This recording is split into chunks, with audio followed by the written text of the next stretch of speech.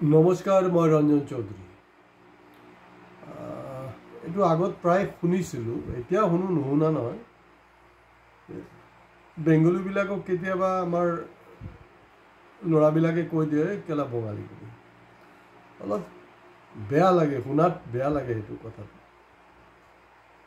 কিন্তু এতিয়া অনুভৱ হৈছে যে এইটো কেলা বঙালীটো ঠিকেই কয় নেকি। কেলা বঙালী ক'ব নাপায়, কিন্তু মানে ঘটনা যোনটো পৰিস্থিতি এনেকুৱা অনুভৱ হৈছে যে কথাটো এপ্ৰপ্ৰিয়েট নেকি। কেলা বঙালী মানে এনেকৈ তুচ্ছ তাচ্ছল্য কৰা আৰু কেলা বঙালী মানে তুচ্ছ তাচ্ছল্য, এইটো কোনো সন্মান যচা নহয়। মিনিংটো সেইটোৱে, মানে যেতিয়া হেয় প্ৰতিপন্ন কৰাৰ কাৰণেই কেলা বঙালী কোৱা হয়। আৰু বেংগলী বুলি কওঁতে মই গোটেই বিশ্বৰ গোটেই ভাৰতবৰ্ষৰ বেংগলীক মই কথা কোৱা নাই। মই ক'ব খুজিছোঁ অসমৰ বেংগলী। অসমৰ বেংগলী বুলি কওঁতে বিশেষকৈ ব্ৰহ্মপুত্ৰ ভেলীৰ যি বেংগলী মানুহ আছে, মই বৰাক ভেলীৰ কোৱা নাই। তো বৰাক ভেলীতো গ'লে আৰু এইবিলাক কৈ লাভ নাই। এই অঞ্চলটোতো কম নহয়, যথেষ্ট পপুলেশ্যন আছে, তেওঁলোকে ব্যৱসায় পাতি কৰি আছে। বেংগলী বুলি কওঁতে হিন্দু বঙালীৰ কথা কৈ আছোঁ। মাজত মন কৰিব উচ্ছেদৰ সময়ছোৱাত এই প্ৰশ্নটো আহিছিলে, আৰু সেইটোৰ ওপৰত মই ভাষাৰ ওপৰত মই এটা এপিছডো কৰিছিলোঁ।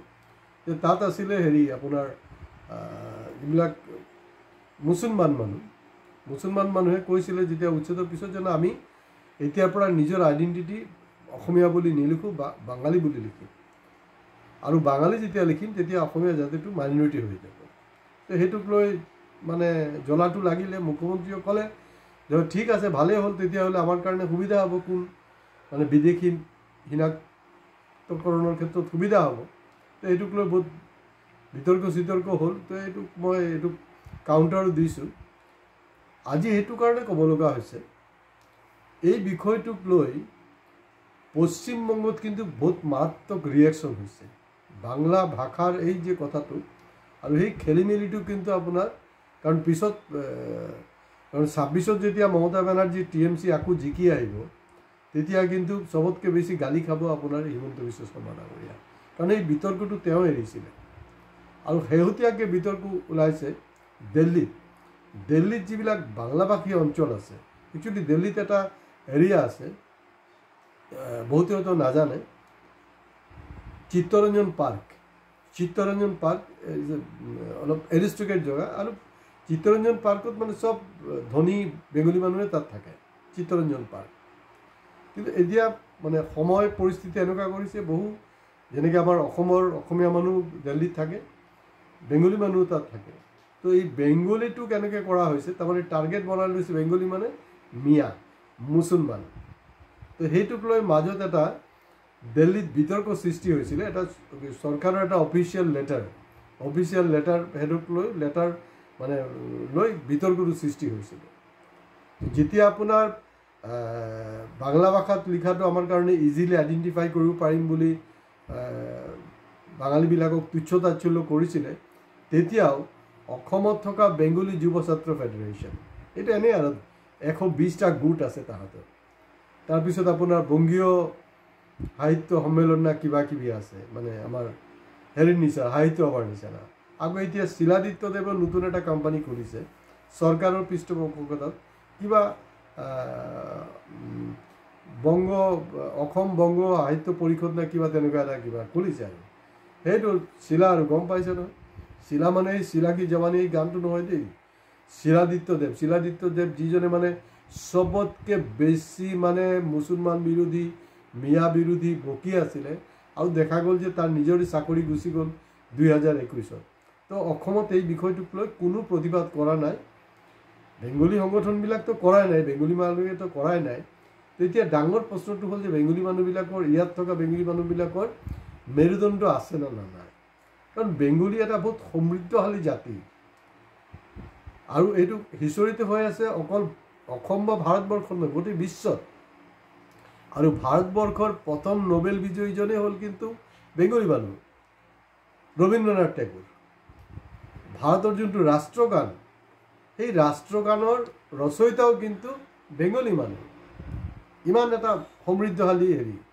এতিয়া এই যে আমাৰ যে মানে জাতীয়তাবাদ বুলি আপোনাৰ অসমত সেইটো ট্ৰেণ্ডটো বহুত নচলে জানো মোৰ যোনটো অনুভৱ আৰু মই দেখিছোঁ যে এইটো বাস্তৱ হয় জাতীয়তাবাদী কথা বতৰাবিলাক খুব বেছি চিঞৰ বাখৰ কিন্তু পশ্চিমবংগত কৰি নাথাকে কিন্তু প্ৰকৃতাৰ্থত দেখা গৈছে জাতীয়তাবাদ বুলি যোনটো বুজায় সেইটো কিন্তু অসমতকৈ পশ্চিমবংগত বেছি আছে আপোনালোকে মনত পেলাওক 2021ত TMCৰ মমতা বেনাৰ্জীৰ পজিশ্যনটো ইমান এটা ভাল নাছিলে মানে তেওঁ জিকিব কিন্তু ইমান মানে জবৰদস্ত ৰিজাল্ট তেওঁলোকে কিন্তু আশা কৰা নাছিলে তাত নৰেন্দ্ৰ মোদী আহি এটা কথা কৈছিলে যে না দিদি এনেকৈ ইটিকিং কৰিছিলে বৰ বেয়াকৈ আহে জানেতো তেওঁ অশ্লীল মানে হেৰি কৰে যিজনে নিজৰ মাইকীকে ইজ্জত নিদিয়ে সি আৰু আনৰ হেৰি কি কৰিব খুব বেয়াকৈ কৰিছিলে তো যিসকল মানুহে মানে TMCক ভোট দিব লগা নাছিলে তেওঁলোকৰো কিন্তু ৰিয়েকশ্যন হৈ গ'ল তেওঁলোকে উল্টাই আৰু বেছিকৈ TMCক ভোট দিলে আৰু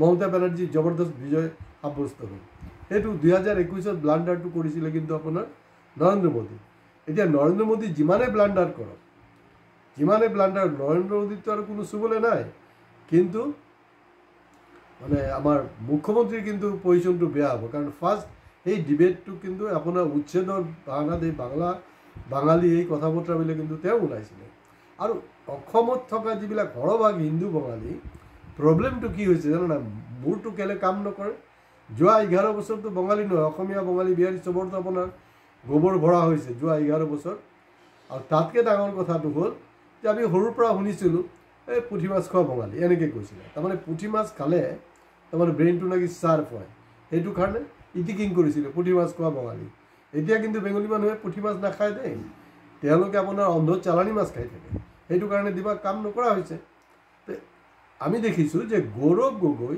অসমত একমাত্ৰ নেতা ইভেন বাকী যিবিলাক দল আছে এতিয়া অজপ যে আছে অজপৰতো বেংগলীৰ ভোট লাগে এনেকুৱা এটা অৱস্থা এই যে অজপৰো লাগে লুইনৰ পাৰ্টিৰো লাগে AGPৰো লাগে বামপন্থীবিলাকৰো লাগে চবৰ লাগে কিন্তু কোনো এটা দল কিন্তু সেইটোক লৈ প্ৰতিবাদ কৰা নাই প্ৰথমবাৰৰ পৰা দেখা গৈছে যে গৌৰৱ গগৈ এই বিষয়টোক লৈ কিন্তু মাত মাতিছে তো গতিকে যিবিলাক বেংগলী সংগঠন আছে তেওঁলোকে হেৰিক এটা ধন্যবাদ দিব লাগে যে হয় আপুনি আমাৰ জাতিটোৰ কাৰণে মাতটো মাতিছে সেইটো কিন্তু তেওঁলোকৰ প্ৰয়োজন নাই ইমানখিনি কামো কিন্তু তেওঁলোকে কৰা নাই আৰু এটা কথা মই বাৰে প্ৰতি মই ক'ব বিচাৰি আছোঁ যে বিজেপিৰ ৰাজত্ব না হিন্দু না মুছলমান কোনো কিন্তু ছেফ নহয় কোনো সুৰক্ষিত নহয় কিন্তু আপুনি যিমানে চালি জাৰি চাওক কোনো সুৰক্ষিত নহয় আৰু বিশেষকৈ যিবিলাক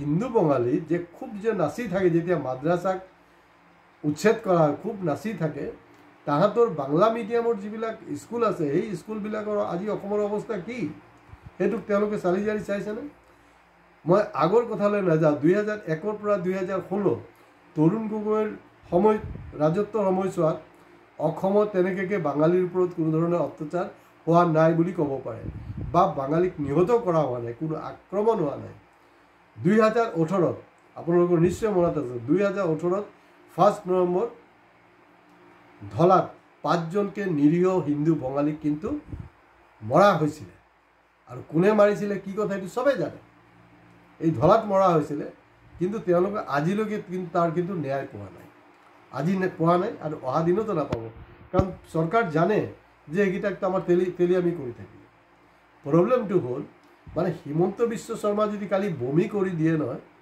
কালি যদি বমি কৰি দিয়ে সেই বমিটো মানে আমাৰ এই ব্ৰহ্মপুত্ৰ ভেলীৰ মানে সৰহভাগ যে হিন্দু বেংগলী আছে তাহাঁতি একদম আৰামছে চাটি পুটি খাব যেনেকৈ এই দেখিছে নহয় সিহঁতি পূজা চূজাত খুব খিচিৰি খায় যে এই খিচিৰি যেনেকৈ খায় তেনেকৈ সুস্বাদু কৰি থাকিব একেবাৰে মানে বেংগলী জাতিৰ পূৰা অস্তিত্ব নাইকিয়া কৰি দিছে তাতকৈ ভাই মই আগতো কৈছোঁ যে নিজকে ডাইৰেক্ট মানে অসমীয়া হিচাপে চামিল কৰিলে হ'ল আৰু বেংগলী যুৱ ছাত্ৰ ফেডাৰেশ্যন কিহৰ কাৰণে বেংগলী যুৱ ছাত্ৰ ফেডাৰেশ্যন নালাগে নহয় আছুত জইন কৰা সম্ভৱ নহয় AJYCP জইন কৰি দিলে হ'ল আৰু বেংগলী যুৱ ছাত্ৰ ফেডাৰেশ্যনৰ যোনটো ট্ৰেক ৰেকৰ্ড আপুনি চাব তৰুণ গগৈ ডাঙৰীয়া 15 বছৰ ৰাজত্বকালত যিমান আন্দোলন কৰিব আছে যিমান প্ৰতিবাদ বিপ্লৱ কৰিব আছিলে সেইটো সময়ত কৰিছিলে 2018ৰ পৰা আজিলৈকে কোনো এক্সাম্পল আছেনে কোনো এক্সাম্পল নাই কোনো এক্সাম্পল নাথাকে।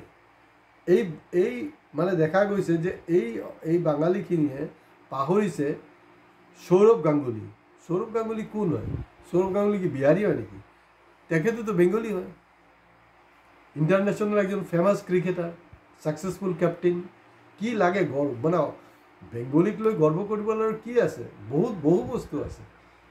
কিন্তু এইকেইটাই পূৰা মানে বেংগলী সমাজখনক পূৰা মানে মেৰুদণ্ডহীন কৰি পেলাইছে। আৰু ইয়াৰ যোনটো ৰিপাৰকেশ্যন সেইটো কিন্তু বহিৰাজ্যৰ বেংগলীৰ মাজতো হৈছে। এইটো বৰ দুখৰ কথা। এতিয়া সময় আছে, এই বংগ সাহিত্য সন্মিলনেই হওক, এই শিলাদিত্যৰ কিবা কোম্পানী খুলিছে তাহাঁতেই হওক, এইটোতো অৱশ্যে নুখুলে, এইটোতো চৰকাৰী পৃষ্ঠপোষকতাত চলি আছে। কমচে কম বেংগলী যুৱ ছাত্ৰ ফেডাৰেশ্যন যিকেইটা আছে তাহাঁতি কমচে কম গৌৰৱ গগৈক মানে এটা শুভেচ্ছা দিব লাগে যে ছাৰ হয় আপুনি আমাৰ ভাষাৰ কাৰণে কমচে কম মাতিছে। আজি ইয়াতে শেষ কৰিছোঁ। ভিডিঅ' ভাল লাগিলে নিশ্চয় শ্বেয়াৰ কৰিব, ছাবস্ক্ৰাইব কৰিলে আপোনালোকে নাপাহৰিব। 24 ঘণ্টা উকলি গ'ল, আমি দেখিলোঁ। এই মুহূৰ্তলৈকে আমাৰ হাতত যোন খবৰ, আমাৰ লাষ্ট এপিছ'ডত খুব এইটো যথেষ্ট ৰাইজে মানে পচন্দ কৰিছে। এয়া আছিলে আপোনাৰ মানে শৃংখল চালিহাৰ ওপৰত। গতিকে শৃংখল চলিহাৰ যে এতিয়ালৈকে সাহস সি গোটাব পৰা নাই, নকাক মানে খেদি যাব পৰা নাই, খেদিব পৰা নাই, সি ইয়াতে বহি আছে। গতিকে মই অকল শৃংখল চলিহা বুলি কোনো কথা নহয়, শৃংখল চলিহাও মোৰ দুশ্মন নহয়। মানে যোনে যোনবিলাক ভণ্ডামি কৰিব, এই যে আজি ধৰি লওক হিন্দু বেংগলীও কৰিছে, তাকোতো কিন্তু কাকো মই এৰিবলৈ নাই। যোন কমিউনিটিৰ হওক, যোন পলিটিকেল পাৰ্টিৰ নেতা হওক, কাকো ঘূৰাই নেহেৰু মই। গতিকে এতিয়া সময় আছে, এই যে তথাকথিত বেংগলী সমাজ আপোনালোকে দোকান চোকান বন্ধ কৰক এইবিলাক সংগঠনৰ নামে, নহ'লে গৈ নিজৰ প্ৰায়শ্চিত্ত কৰিবলৈ গৌৰৱ গগৈৰ ওচৰত ক্ষমা প্ৰাৰ্থনা কৰক বা তেখেতক ধন্যবাদ কমচে কম এটা দিয়ক। আজি ইয়াতে শেষ কৰিছোঁ। নমস্কাৰ।